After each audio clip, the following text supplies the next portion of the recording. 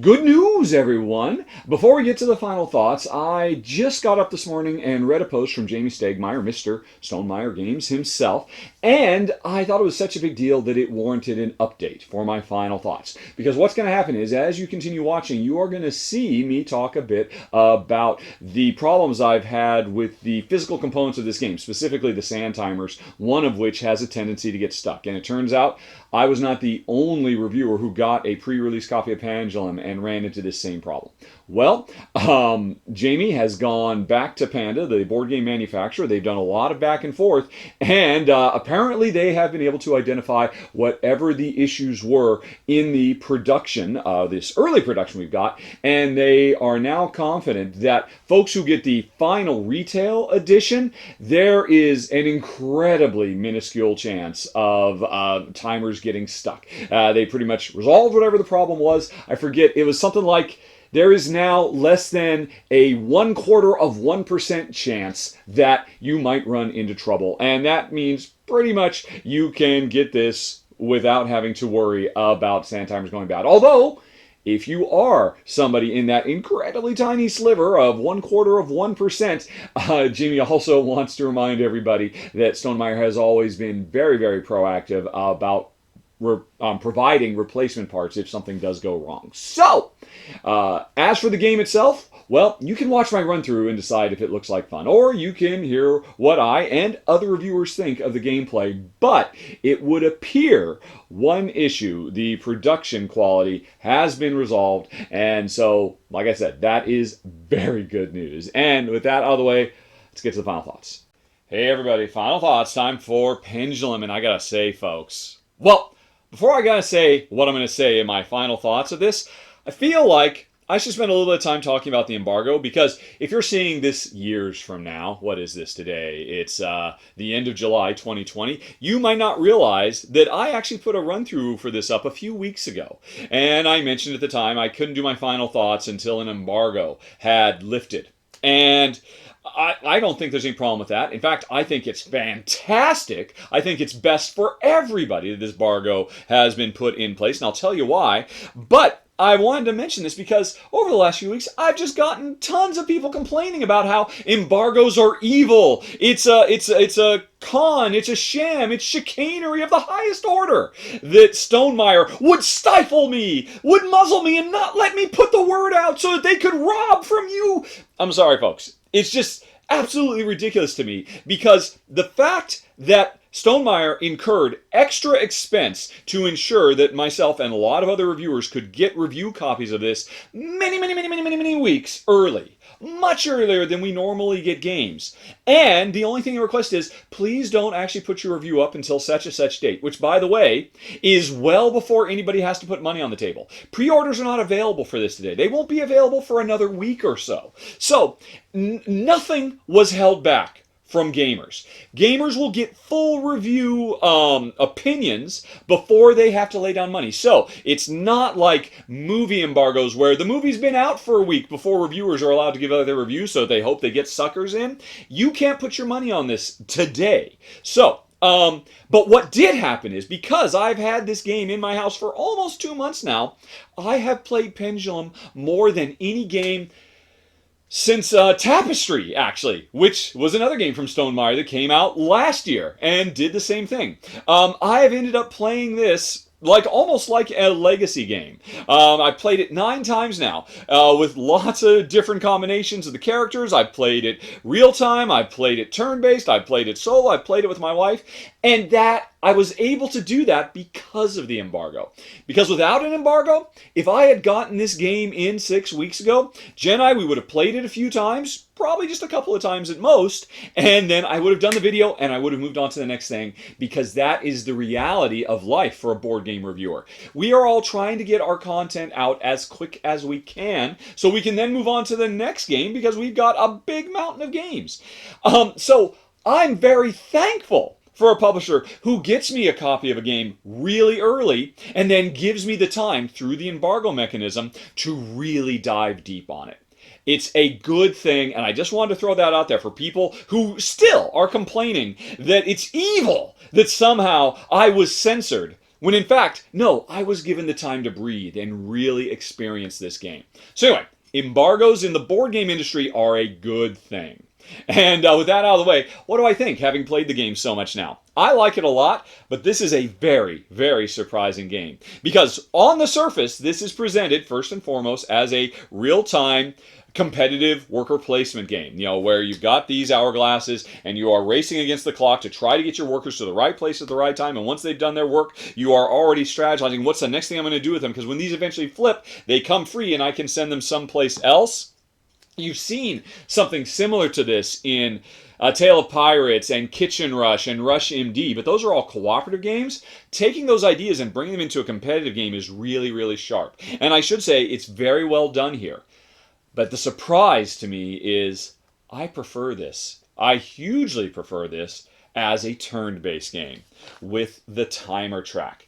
And that's very, very surprising because I'll admit, when I was first reading the rules a couple of months ago, and I was like, okay, I understand how this is going to be a real-time game, and that's cool, because here's the thing about real-time board games.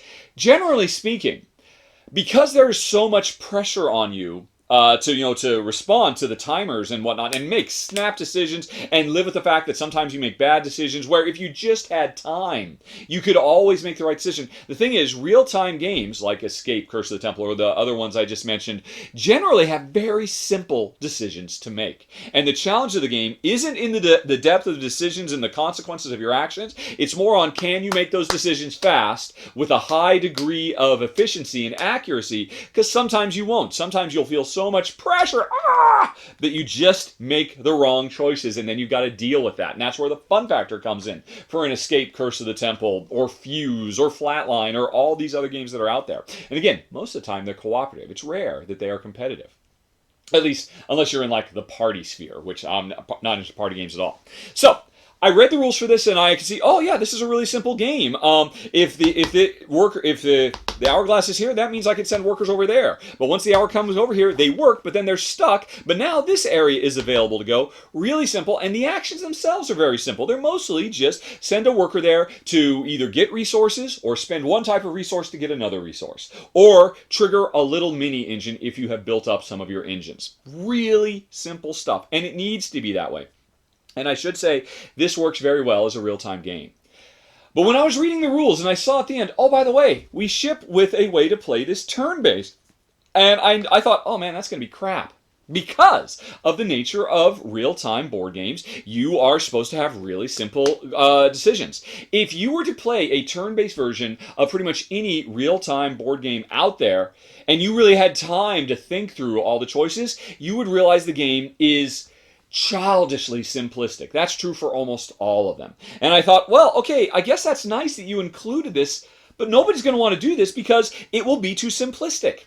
But the brilliance of the design of this game is, yes, there are simple versions of the 5 characters, and there are complex versions. And here's the way I enjoy playing this game the most, having played with, now I've played with all 5 characters. I think the game is at its best played turn-based with the complex characters, because these become very asymmetrical characters. They use the same resources in very different ways. They focus on different elements of the game. Of course, everybody gets supplemented with new cards in the mini deck building element of this game through the council that you're always competing for. But Jen and I have found replicating the passage of time in a way that we totally control still gives the not the tension, because you have all the time in the world to figure out exactly what you want to do, but the pressure, the time pressure of, you know what, I've only got 2 more rounds until this green is going to flip, and that means I've got to make sure I've got somebody free so I can get into that zone before the green flips, because I can see it's coming. In the real-time game, I can see it's coming because I can actually see the sand falling. But in the turn-based, I've got time. I can figure out, well, okay, I'll know I'll be able to recover that guy, and I would like to have him get some more gold, but I might have him go over there early. But, oh, he's not a grande. If Jen goes there first, she could freeze me out, and then I wouldn't be able to trigger the votes I need to be able to come in at least second in the council. So, should I send him even earlier? But that means he's going to sit there for 4 rounds. I can't wait 4 rounds for him, but if I wait until 2 rounds from now, he might not be available because I know Jen's grande will be back. And the extra, again, Not tension, you've got all the time in the world, but the pressure this puts you under is the exact same pressure that these put you under, watching that sand falling. And I have played it as a turn-based game with the simple characters, and I've got to say, no. I would not want to play it that way because it does become too simplistic, and really it's like, okay, yeah, we know what we're gonna do. It's just gonna work itself out. There's really, but when you bring in these complex characters and you play it turn-based, this game gives me the same feels that Zolkin, the Mayan calendar, does. And most people might not make a comparison between the two right off the bat, but that game is all about the passage of time, putting workers out, letting time pass so the workers can do whatever they need to do. Here, it's putting workers out, letting time pass so workers can do whatever they're going to do, and then waiting for time to pass again before I get them back, and it works so well. Putting somebody into the purple zone up here means, well, I've locked that in, but I've said goodbye to that person for quite a while. But if I play with the advanced characters, chances are I've got 2 or 3 unique ways to totally break the rules and make this work for me. And we really like it a lot. This game is by far, at its best, played turn-based with the advanced characters. Now, what I imagine is, because here's the deal, sadly, I was talking about how great it was. I got to play this a lot more than I normally do. Now that I filmed this video, it's going to go on my shelf, and I probably won't touch it again until an expansion comes out in a year or two. Because I've got 80 other games on my shelf out there that I've got to get to the table and play. I just don't have time to keep revisiting games, which is a shame because what I suspect would happen is, if I play this game another dozen times or so, I'll get to the point where, you know what? I'm comfortable enough with how these advanced characters work that I could take them into the real-time game.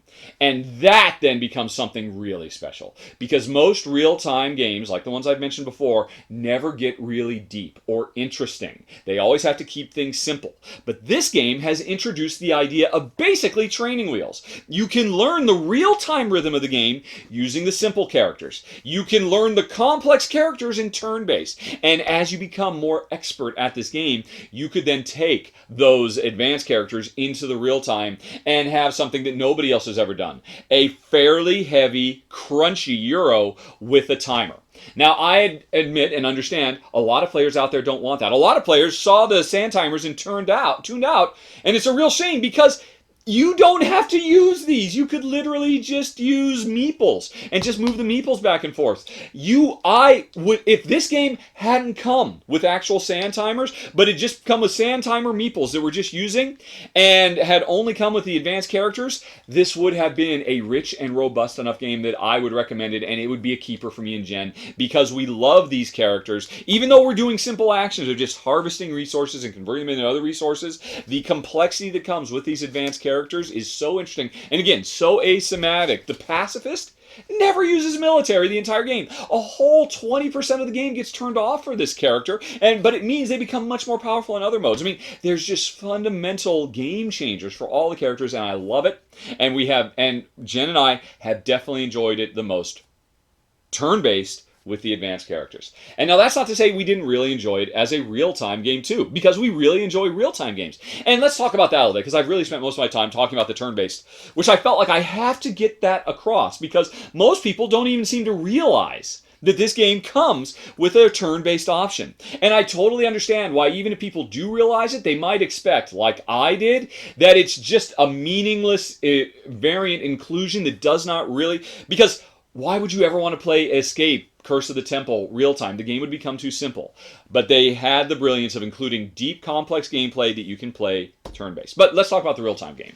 It is great. It's a lot of fun. And I think, other than just, I don't like real-time, which is the #1 complaint most of these games get, the second complaint real-time games often have levied against them is it's too easy to cheat. Not on purpose, but accidentally. And the number of times I've had people over the last few weeks say, here's another reason the embargo is good. I put the video up, and it's led to a bunch of people asking questions, which I can now answer in my final thoughts, which I might not have answered otherwise. Once again, embargoes are awesome. Stop complaining about everything on the internet. Embargoes are a good thing. Sorry, I got myself sidetracked. But anyway, a big complaint I see from a lot of people is, everybody will just forget to do the hourglasses because you played other games where it's easy to forget.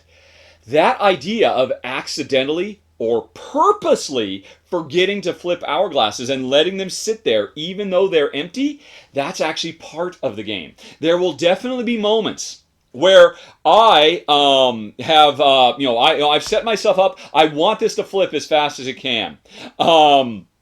But I get wrapped up in other stuff because I'm really focusing on this, which is really quick back and forth. And I'm trying to pay attention to what cards I should play next. And I'm trying to count everybody's, everybody's, I can't think of it, votes to make sure I do well at the council. That I just lose track. I put this guy here like 2 minutes ago, and I forgot about it. And the game hasn't broken at all. If nobody else moved that, I'm only hurting myself by forgetting to flip this so that I can eventually do this action. And so the game is self-correcting in that regard, because what might also happen is, forget about that. I've done this action. Eventually the green will move out. And I forget. I'm so focused on the other stuff, I can't get this green back until I flip again, until I unlock this area.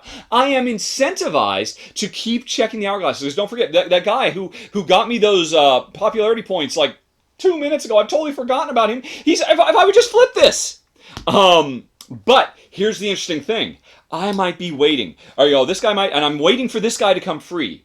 Because I could flip this now to get this guy back. But if I just wait, and now finally this comes, I get him back, I can put him over here and then do the jump and get this guy back, and now this guy can get to work, and it's effectively a time-based 1-2 combo between characters. And here's the deal.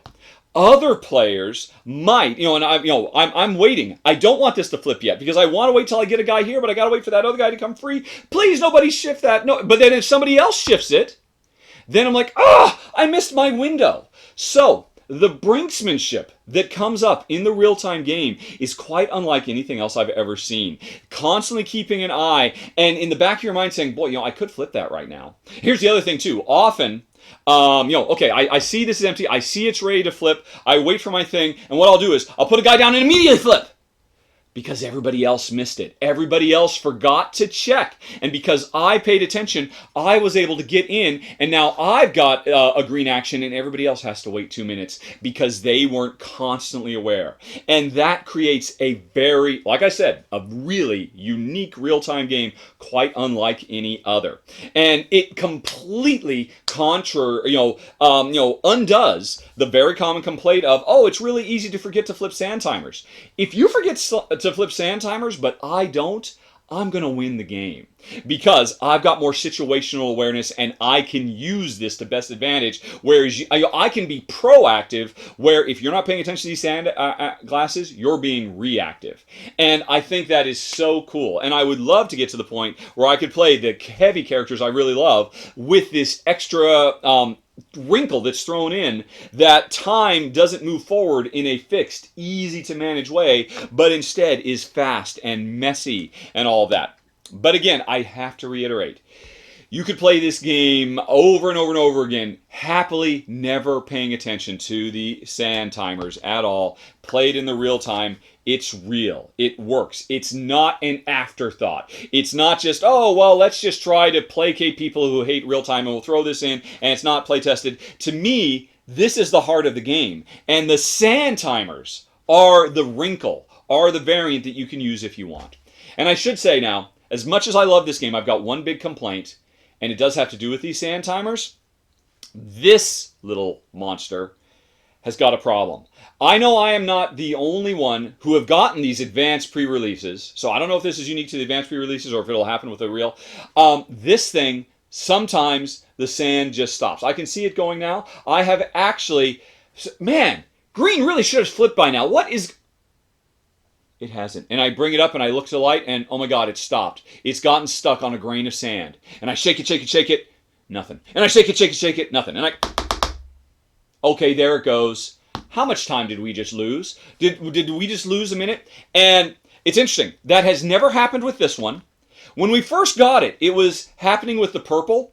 I saw it happen a couple times with the purple. I have not seen it in quite a while. In quite a lot of flips of this, my purple seems to have righted itself.